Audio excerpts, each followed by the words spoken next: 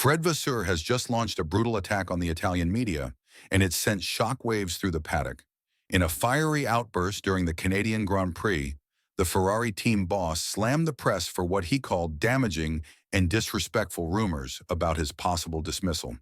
He accused journalists of fueling instability within the team, creating panic among staff, and pushing sensationalist stories just for clicks, all while Ferrari is already under immense pressure.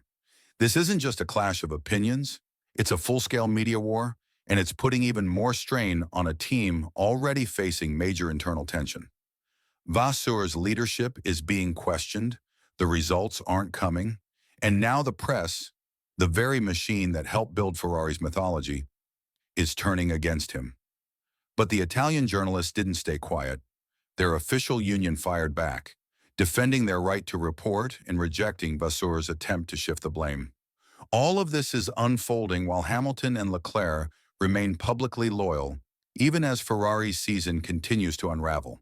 The pressure is mounting, the narrative is spiraling, and this new explosion could be the breaking point.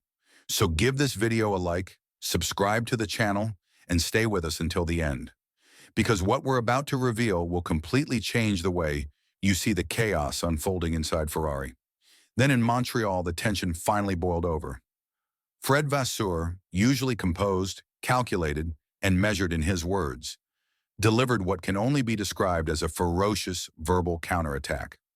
Without naming specific outlets or journalists, he made it abundantly clear that he had reached his limit. Vasseur accused sections of the Italian media of spreading lies, of deliberately destabilizing the team, and of fueling internal doubts with reckless speculation. And perhaps most powerfully, he framed their reporting not just as inaccurate, but as outright harmful to the human beings working behind the scenes at Ferrari. These were not the words of a man offering calm clarification. These were the words of a team boss at war. He claimed that the rumors were poisoning the atmosphere at Maranello, that the relentless headlines about his alleged sacking, about Christian Horner supposedly being approached, about chaos inside the technical department, were creating a fog of uncertainty. A fog so thick that it was beginning to paralyze decision-making and sap the morale of the staff. Ferrari, in his view, didn't just need a faster car, it needed a reprieve from the circus of rumors.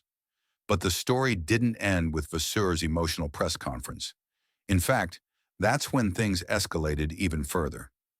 The Italian Automotive Journalists Union, UIGA, fired back with a public statement that was every bit as provocative. They rejected the notion that Vasseur's frustration gave him the right to question the role of journalism. They reminded the world in no uncertain terms that the job of the press is not to serve as a PR machine for Ferrari. Their duty, they said, is to shine a light, even when what's illuminated isn't flattering. The union didn't deny that sensationalism exists. They didn't pretend that every headline is written with noble intentions.